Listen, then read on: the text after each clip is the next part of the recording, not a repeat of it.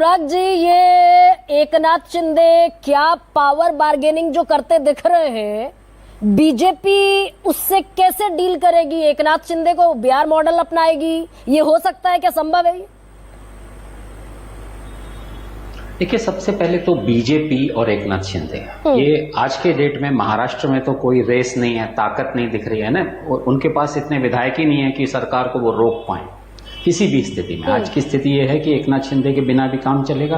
वो बीच में उन्होंने धमकी दी कि हम सरकार के बाहर रहेंगे, फिर भी बीजेपी ने घोषणा कर दी कि भैया 5 तारीख को हम शपथ लेने जा रहे हैं, आपको आना हो तो आए। ये सीधे सीधे कहना है, आना हो तो आए, नहीं तो हम अजित पवार के साथ शपथ विधि अपनी कर रहे हैं। तो अब ये स्थिति बनी है कि अच्छा, ये बीजेपी की, सर एक सेकंड रोक रही हूँ आपको। सर सॉरी फॉर इंटरवेंशन, एक सेकंड के लिए रोक रही हूँ।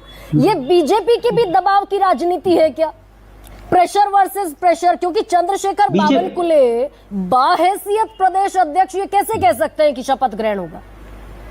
गवर्नर हाउस कोई चिट्ठी गई नहीं, गवर्नर ने तारीख तय की नहीं, प्रदेश अध्यक्ष अपने हिसाब से तय कर देंगे। ये भी प्रेशर बिल्डअप एक्सरसाइज है क्या? मैदान वो देकर नहीं, वो सरकारी फंक्शन होता है। हाँ। वो राज्यपाल भवन के लोग जाने चाहिए वहां व्यवस्था देखने के लिए। बीजेपी का फंक्शन नहीं होने जा रहा कि बीजेपी का आदमी उसको जाके आजाद मैदान में देख रहा है किस तरह फंक्शन होगा। वो सरकारी फंक्शन होगा, ठीक है, वो सरकार चलेगी और वो राजभवन के लोग चलाएंगे। लेकिन अब ये सारी की सारी चीजें जो हैं, ये एक तरह का दबाव बनाया जा रहा है एकनाथ शिंदे पर। एकनाथ शिंदे या शिवसेना जो बड़े बारीकी के साथ मेरे मित्र ने कहा अभी थोड़ी देर पहले कि महाराष्ट्र जो है वो नहीं मानता दिल्ली की बातें, उसकी वो स्थिति नहीं है। एकनाथ शिंदे उस शिवसेना से आते हैं जिस शिवसेना ने कभी दिल्ली का नहीं माना।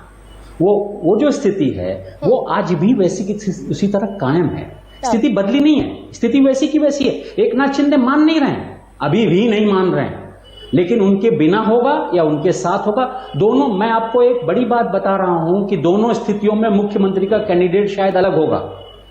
एकनाथ शिंदे अगर मानते हैं तो 2 मराठा हैं, ठीक है ना, तो नॉन मराठा हो जाएगा। और अगर एकनाथ शिंदे को बाहर रख के मंत्रिमंडल बनता है तो मेरा ऐसा अंदाज है कि बीजेपी इस बार मराठा कार्ड खेलेगी महाराष्ट्र में, ऐसा मेरा अंदाज है। दोनों स्थितियां बदलेंगी, दो अलग स्थितियां। और मेरे ख्याल से बीजेपी सब कुछ स्क्रिप्ट करके रखती है। बीजेपी के ऐसे अचानक नहीं तय होती चीजें, बहुत लंबे समय तक स्ट्रेटेजी बनाई जाती है और वो स्ट्रेटेजी हर स्थिति को ऐसा होगा तो यूं होगा और वैसा होगा तो ऐसे होगा, हर चीज पर बीजेपी वर्कआउट करती है, बहुत मेहनत से तैयार करती है, सारे ऑप्शंस उसके खुले रहते हैं। सर, इस बार क्या ये जो स्क्रिप्ट है, ये माइक्रो मैनेजमेंट जो है, ये 24/7 इलेक्शन मशीनरी जो है, इसको एकनाथ शिंदे फेल कर दे रहे हैं क्या? कभी कुछ कह देते हैं, कभी कुछ कहते हैं, कभी कुछ कहते हैं, कभी बीमार हो जाते हैं। जी एकनाथ शिंदे बड़ा वो भी बड़ा बारीक खेल खेल रहे हैं। आप देखिए, वो कह रहे हैं कि जो वो कह देंगे सरकार में हम मान जाएंगे, लेकिन सरकार में मैं शामिल रहूंगा या नहीं, और रहूंगा तो कौन से हैसियत से रहूंगा, ये दोनों चीजें पर वो कोई टिप्पणी करना टाल रहे हैं। बोलने से चिड़चिड़ा जाते हैं और कोई जवाब नहीं देना चाहते। वो जनता को जवाब नहीं देना चाहते, वो बीजेपी को जवाब नहीं देना चाहते, वो अपनी बातें मनवा रहे हैं। अब तक उन्होंने अपनी बातें मनवाई हैं बीजेपी से जिद करके, और उनको लग रहा है इस बार भी शायद वो कुछ ना कुछ मनवा ले जाएंगे, ऐसा उनका विचार है। मुझे लग रहा है जरा कठिन लगता है बीजेपी को आज के डेट में इस तरह ट्रीट करना कोई, और उनके पास उस तरह की ताकत नहीं है। मैं जानता हूं कि दिल्ली की सरकार में स्थिति है, तो दिल्ली की सरकार तो 2 पार्टियों पे टिकी है, वो एकनाथ शिंदे के टिकने से तो नहीं रुकेगी, उनके जाने से जाएगी भी नहीं, और वो स्थिति वैसे बनेगी भी नहीं। वो जो स्थिति है वो एकनाथ शिंदे को 5 तारीख को ये तय हो जाएगा। अभी बीजेपी के जैसे ही लीडर चुनती है वैसे ये ऑप्शन तय हो जाएगा कि बीजेपी एकनाथ शिंदे को ले रही है या बाहर रख रही है। सर, लेकिन आप कह रहे हैं भाई ये बिल्कुल ठीक है, 132 वाली पार्टी जो है वो एकनाथ शिंदे की इस टैक्टिक्स में क्यों आती दिखेगी, लेकिन क्या बिहार मॉडल महाराष्ट्र में अप्लाई हो सकता है क्या? वहां भी 44 विधायक हैं नीतीश कुमार के, बीजेपी के 73 या 74 है वहां।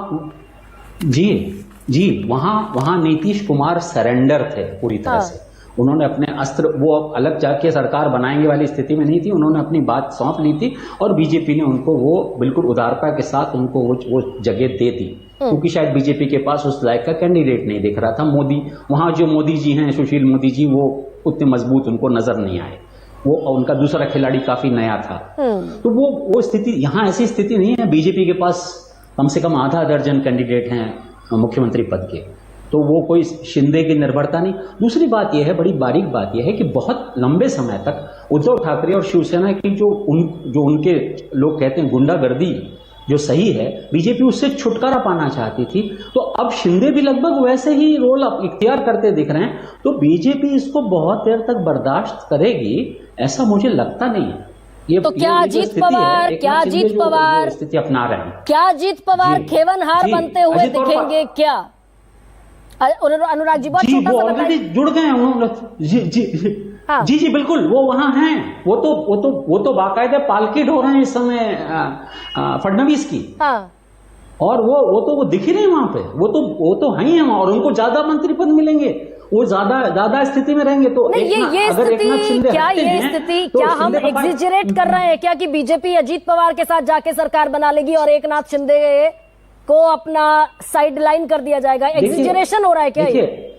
देखिए नहीं, एग्जिजरेशन नहीं हो रहा है। या तो बीजेपी की इतनी पंगु हो गई है कि 10 दिन तक वो अपना लीडर नहीं चुन सकती। 132 विधायकों को बुला के बंबई में उन्होंने रखा हुआ है, और वो एक मीटिंग लेकर के अपना एक लीडर नहीं तय कर पा रही है। इतनी कमजोर हो गई बीजेपी, अपने आप में अंदर इंटरनली इतनी कमजोर हो गई है। ऐसी स्थिति नहीं है। बीजेपी एक बहुत बड़ा संगठन है, और वो बड़े माइन्यूट नहीं, बड़े तरीके से, सलीके से काम करता है। तो एज ए संगठन बड़े सलीके से काम करता है। तो वो जो स्थिति है, ऐसी स्थिति नहीं है। बीजेपी बहुत मजबूत है, और उसने अपनी मजबूती इस चुनाव में जो दिखा दी है, जो ताकत का इजहार जिस तरह से किया है, वो कमजोर पड़ेगी ऐसा लगता नहीं हमको। बीजेपी शिंदे को टॉलरेट नहीं करेगी बीजेपी, अनुराग जी, यही है ना मोटा मोटी लबोलू आप?